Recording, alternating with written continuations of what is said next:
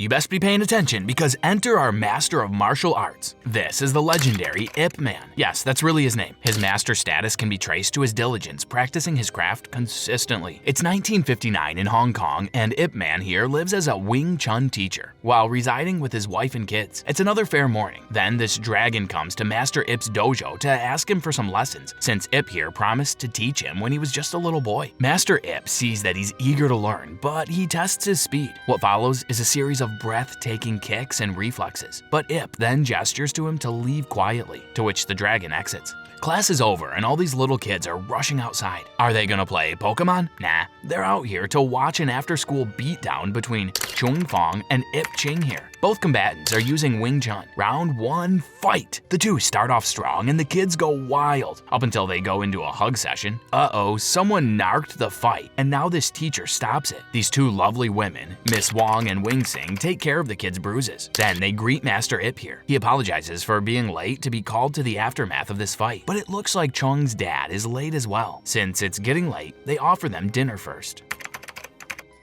Ironically, back at home, the entire family welcomes Chung Fong like nothing happened, and they get their grub on. After dinner, Chung reveals to Master Ip that his dad did teach him a little about martial arts. Then, speak of the devil, this is Chong Tin Chi, aka Fong's dad. He picks up his son and everything goes better than expected. That's until the father-son combo leaves Ip's place, and it's revealed that Tin Chi is a bit envious of Master Ip. Alright, so that was too quiet for a kung fu movie, so let's get into some real action. Welcome to Hong Kong's underground fight club. That's what the fan favorite Tin Chi is doing with this piece of bread loaf. Somewhere outside the facility, here comes legendary earbiter Frank. He appears to be the mastermind of this joint, while local triad leader Ma King Sang is just here to appease to him all the moolah that's coming in. Frank is impressed, but he still wants the ownership of a certain school. Then Frank watches Tin Chi beat the stuffing out of that bread loaf from earlier. One day, we're out here walking with Master Tin Njo San, after Tin here is touring his restaurant that seems to be home to a number of martial artists. Ip Man then arrives on scene, and he seems buddy-buddy with Master Tin here. Then he gets introduced to Mr. Lee, a local journal writing about martial arts. After they get settled, it's picture time, but ring ring and uh-oh. Looks like Master Ip is in trouble because his wife tells him he missed their dance date. Sheesh, that's gonna hurt later. After the call, Master Tin offers him the middle seat. Then, he's off to school to pick up his son. While he's there, the ladies can't help but flock all around him. Then Tin Chi comes to greet him. He's also here to pick up his son, but he gives Master Ip this bottle to help with his son's bruises. How generous. Making a little banter, Tin Chi has heard rumors that he and Master Ip are apparently from the same school. Ip confirms this. Then Tin Chi slyly intimidates him. Of course, he's just on the calm side since he's reserving his strength, but he is open to Tin Chi's offer of a friendly match. There goes the bell, and all the little tykes are out of the school. Both fathers pick up their respective sons and they go on their own separate paths. While Ip and Ching were walking down the stony path, Ip sees some shady people going towards the school. The three boisterous men head inside the faculty room, and they already start breaking some stuff to threaten the school staff. Luckily, Ma King Sang puts everyone at ease and says he's not here for violence. He just wants to buy the school out. Ah, that's fair. That is until the school head adamantly says no, and oh boy. Oh, there it is. He forces the school head to sign the buyout contract against his will. But guess what? Ip Man won't have that. Here he comes, flinging the goons around with ease. As with the right thing to do, he contacts the local authorities while holding down Ma King Sang. But when he turns around, Ma King Sang's goons have Miss Wong at a blade's edge. Quite ironic. This whole confrontation just cuts away to the police getting involved. Then Ip Man talks with Fat Po. Yes, that's his real name. And he's apparently the head of the British Hong Kong police here. He remarks now that crime is on a rise. He wants Ip Man to be cooperative, and when trouble comes, you know who to call. They say their goodbyes, then they leave. On the side of the fight club, however, things aren't too stellar as it looks like the goons escaped. The next day comes a confused crowd, looks at a boarded up school. Looks like this is the triads doing. Well, people do what they do best and they remove the boards covering the gate. Of course, Hayu Lick can't resist and hits on Miss Wong. He's on the ready if they need help again. Ip then sees trouble overlooking them, so he asks Hayu Lick to look after the school in the meantime. Guess Ip is doing the same to guard the school, even until the night. But oh boy, Hyulik tries his hand again to hit on Miss Wong. Guess what? Rejection. Oh well, let's call it a night. And well, great timing, boys. Time for some action. As the Triad boys rush in, there's a lot of them. And Ip and his students do their best, but they get overrun. Some of them slip in and start burning the place. They even sacked the principal. Ip pursues them, but there's just too many. Also right on schedule is Tin Chi, and he begins knocking some skulls with his flaming fists of fury. With the combined forces of Ip and Tin Chi, the Triad is no match, and Ma King Sang calls a cowardly retreat.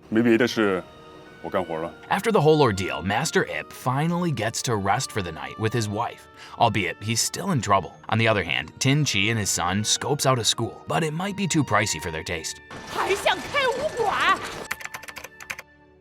At the police station, Fat Po gives his police report about the Triad's arson case, but it gets rejected horribly by Whitey over here. Out! So Ip Man's current job is currently guarding this school, but some of his students are beginning to worry that they might end up as bodyguards for the full time. Later on, Master Tin arrives and he's totally ticked off about Master Ip's current gig. He says it's an insult to martial arts, so he decides to end this once and for all by going to the source of the problem. It's revealed that Master Tin was the one who mentored Ma King Sang. He scolds Ma King Sang like a little fourth grader, and it does almost lead to a tussle, but sadly he holds back. That's until he was about to shank him. And here we are. This is what we watch action movies for. This whole charade then gets interrupted by Fat Po with a revolver. Again, this standoff ends with an off-screen cutaway. Ip Man afterwards is furious that the case is dropped thanks to some Westerner plucking his nose where it doesn't belong. Ip Man demands justice regardless of the incursions. The master comes home tired and even falls asleep on his chair, while his wife, whose stomach is aching, goes to the doctor, and oh boy, is it a boy or a girl? Nope, it's a tumor. Alright boys, it's nighttime. You know what that means? Fight Club time. Tin Chi is once again the star of the show. That's until Ma King Sang confronts him that he knows he helped Ip Man during the arson incident. Basically, he's hiring Sang as a bodyguard. If he refuses, he goes hungry. Just like that, the sale is done. Tin Chi's first victim, Master Tin. The umbrella old man is no pushover, however, but his age shows, and there's his weakness. The results are in, and it looks like Sang is pulling some strings to bring down the Kung Fu masters one by one. Thankfully, Master Tin is alive with only a few broken bones. Sang gets lower and abducts some kids and threatens to sell them to slavery. Turns out, the whole hospital visit was a distraction to kidnap Choing Fong and Ip Ching. 没有。 Alright, now that he's messing with Ip's son, the gloves are coming off. You know what? That isn't scummy enough. Let's use the kid to make Ip submit. What a cockroach saying is.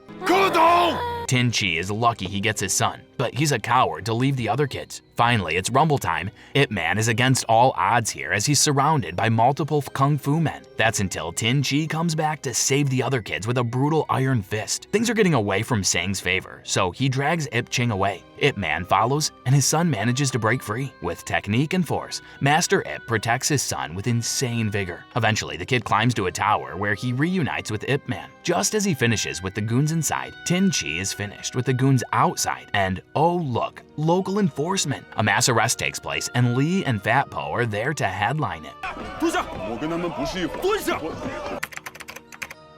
Ip Ching returns home crying to his mother. Then Wing Sing slaps him for rescuing him, and he blames herself. Lady, that tumor's messing with your head to do that. It's cool though, because Ip Man becomes the bigger man to make it all better.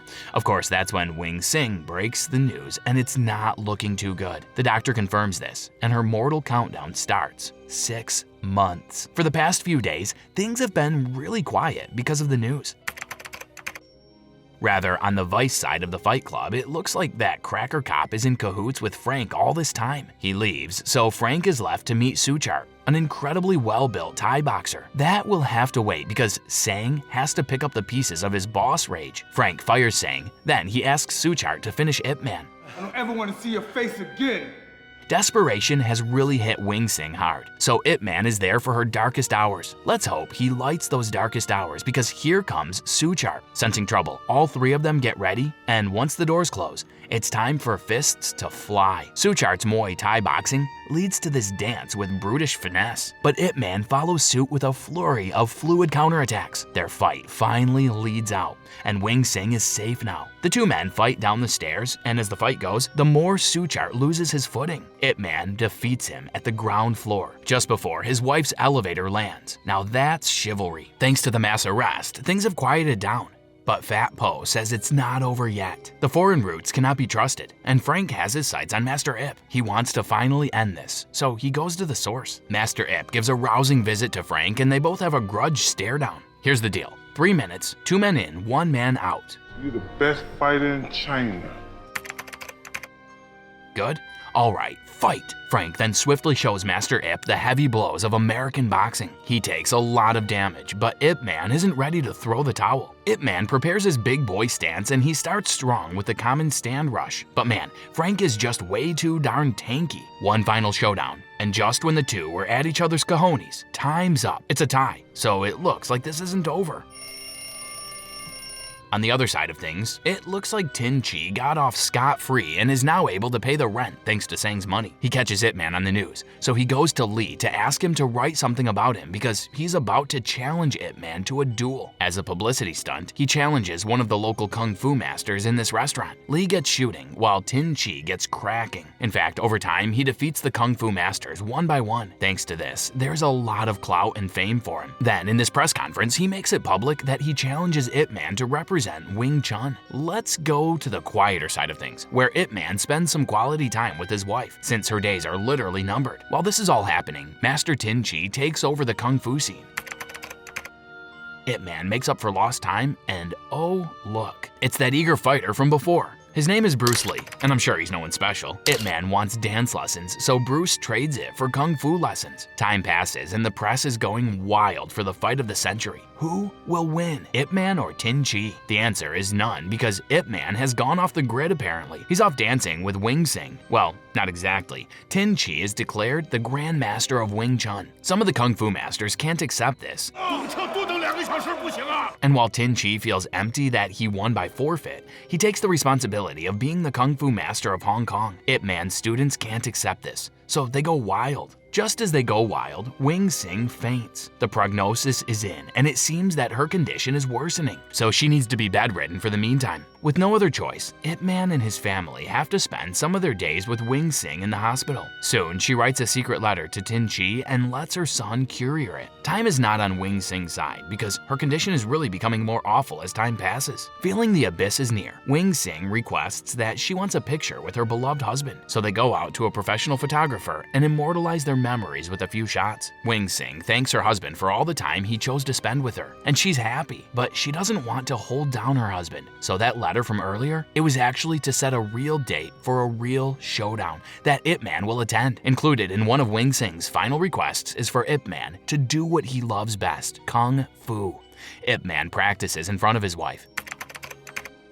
Then they go to Tin Chi's school. There his wife sits peacefully while Ip Man finally settles the deal. It's time for the final boss. Our two combatants today are both the pride of Wing Chun, but there can only be one. Both grab their poles and fight. The two men are evenly matched, so it's a stalemate of strokes and shots, up until the two break their staffs. Never mind that, the kids are coming home from the rain, and they've got VIP seats to the fight of the century. With daggers in place, it's time for a lethal dance with steel. Just like the poles, the two are evenly matched. The sound of steel clashing graces the entire school with a deafening tone. Soon, the two combatants are left to the final round, mano a mano. Finally, we get to see some damage. Every strike has an equal effect, and every deflect has an incoming counterattack. These two men are really the alpha predators of the Wing Chun world. Finally, Tin Chi strikes a blow to Ip Man's eyes, but he ironically gets blindsided by it, and Ip Man goes for the legendary 1-inch punch. With that honorable defeat, Tin Chi breaks his Grandmaster's title. Eventually, Wing's son does pass away in the following year. Then Ip Man flourishes his Grandmaster title by spearheading Hong Kong's Wing Chun. Wrap up those fists because that's it for Ip Man 3 by Wilson Yip, starring Donnie Yen, Lin Zhang, and Mike Tyson. Which fight did you fly your fists to? Let us know in the comments below using #CinemaRecap, and we'll see you in the next duel.